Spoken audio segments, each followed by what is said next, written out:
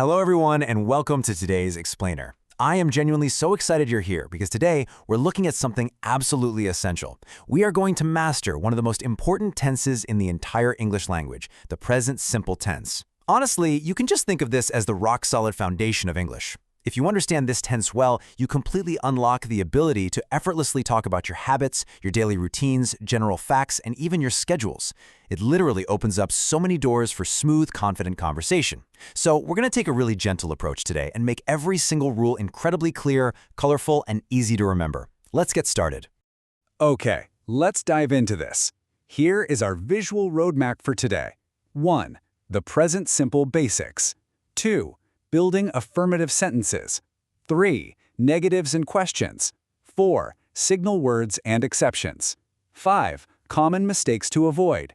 And finally, 6. Practice your new skills. All right, section 1. The present simple basics. When do we actually use it? Well, the present simple has three main everyday uses. First up, habits and daily routines. We use it when we talk about things we do repeatedly, day in and day out. For example, I wake up at 7 a.m., or he plays football every Friday, or they study English at night. Second, we use it for scientific facts and general truths. Things like water boils at 100 degrees, or birds fly, or the earth goes around the sun. And third, we use it for schedules and fixed dates. So, say you're traveling, you'd say, the train leaves at 8 p.m., or the class starts at 9 o'clock. It is actually amazing how much of our daily conversation falls right into these three friendly categories. Moving on to section 2, building affirmative sentences. Subject plus verb. Building an affirmative sentence is incredibly simple. You just take your subject and you add your verb. That is the whole shebang. I play football. We study English. They watch TV. Now let's look at our first tiny exception. We call it the he, she, it rule. Honestly, think of this as a fun little quirk rather than a strict grammar hurdle. When your subject is he, she, or it, we usually just add an s or an es to the end of the verb. So I play becomes he plays, I read becomes she reads, or it works well.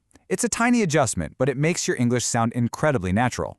And here is exactly how to spell those little changes. Step 1. If your verb ends in s, sh, ch, x, or o, we add es. So, watch becomes watches, and go becomes goes. Step 2 is for verbs ending in y. If there is a consonant right before that y, we change the y into an I and add es. So the word study gracefully turns into studies. But step 3 tells us that if there's a vowel before the y, we just leave it completely alone and add an s, like how play becomes plays.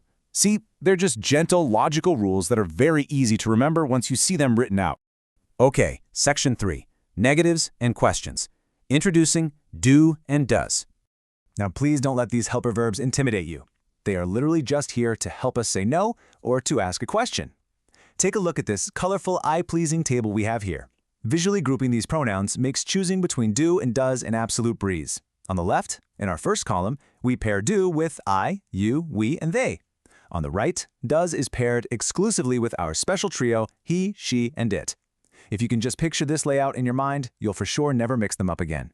So here's the crucial point for how we build a negative sentence. The structure is subject plus do or does plus not plus the main verb. For example, I do not like coffee. Or if we use the contraction, I don't like coffee. But look closely at the rule highlighted for he, she, and it. When we use does not or doesn't, the main verb returns to its base form. That s at the end completely vanishes. So we say, she does not play tennis, or he doesn't study French. Basically, the word does already carries the weight, so the main verb gets to just relax. To build a question, it's super straightforward. We simply take our helpful do or does and move it all the way to the very front of the sentence. Do you speak English? Does she work here? Do they like pizza? And answering is just as neat. We just use short answers. Do you like coffee? Yes, I do. Or no, I don't. Does he play football? Yes, he does. Or no, he doesn't. Section 4. Signal words and exceptions. Spotting the present simple. All right, it is time to put on our grammar detective hats. Here are your main signal words. Always, usually, often, sometimes, rarely, never, and phrases like every day, every week, or every morning. These words basically scream that an action is a habit, meaning it's almost certainly present simple. And notice their placement. They usually sit right there, snugly before the main action verb. I always drink tea. She usually wakes up early. Now there is one major exception, and this colorful table brilliantly illustrates it. We're talking about the verb to be. Normal action verbs behave exactly the way we just learned. I play football, or do you play? But the verb to be, am, is, and are, well, it plays by its own rules. It doesn't need do or does. It's strong enough entirely on its own. So we just say, I am happy. To ask a question, we simply flip it. Are you happy? And for negatives, we just attach not. He isn't busy. Plus, if you happen to use a signal word with the verb to be, it goes directly after the verb, like he is always happy. Actually, before we move on, let's clarify a really important boundary. When do we not use the present simple? We do not use it for things happening exactly right now, in this very second. For example, saying I eat now is incorrect. For an action happening right this exact moment, we absolutely must use the present continuous. I am eating now. Remember, present simple is for your habits and general facts, not a live play-by-play of this exact second in time. Section 5. Common mistakes to avoid. The Hero's Challenge. Welcome to our error correction phase. Now, these are extremely common traps that learners fall into. But since you know the rules now, you can easily sidestep them. Mistake number 1. Omitting the S. Incorrect, he play football. Correct, he plays football. I want to gently remind you here, never forget that special S when you are talking positively about he, she, or it. Mistake number 2. We like to call this double trouble. Incorrect, she doesn't plays tennis. Correct, she doesn't play tennis.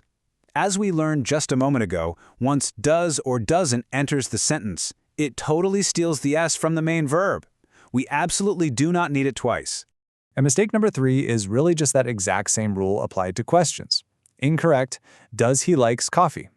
Correct, does he like coffee? Once again, does is doing all the heavy lifting at the front of the sentence, so the main verb gets to stay in its simplest, easiest form.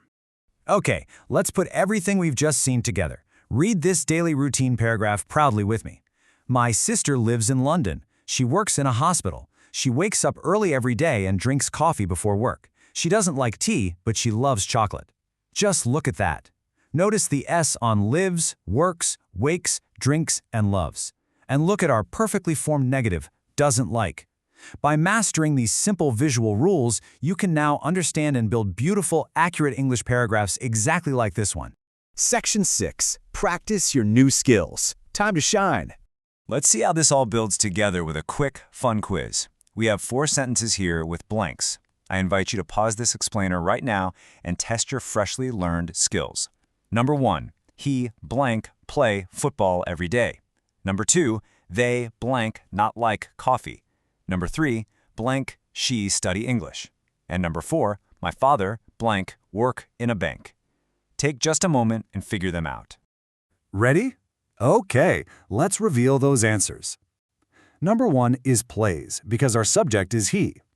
Number 2 is do not like or don't like, because the subject is they. Number 3 is does, giving us does she study English, because we always use does for questions with she. And number 4 is works, because my father is technically a he. Congratulations on completing your present simple journey. So we have officially covered the present simple from top to bottom. And like I said at the start, once you master this tense, you can effortlessly build a massive number of English sentences. You have the foundation, you have the structure. The only question left is, what will you talk about first? Thank you so much for learning with me today. Keep practicing, and I will catch you in the next explainer.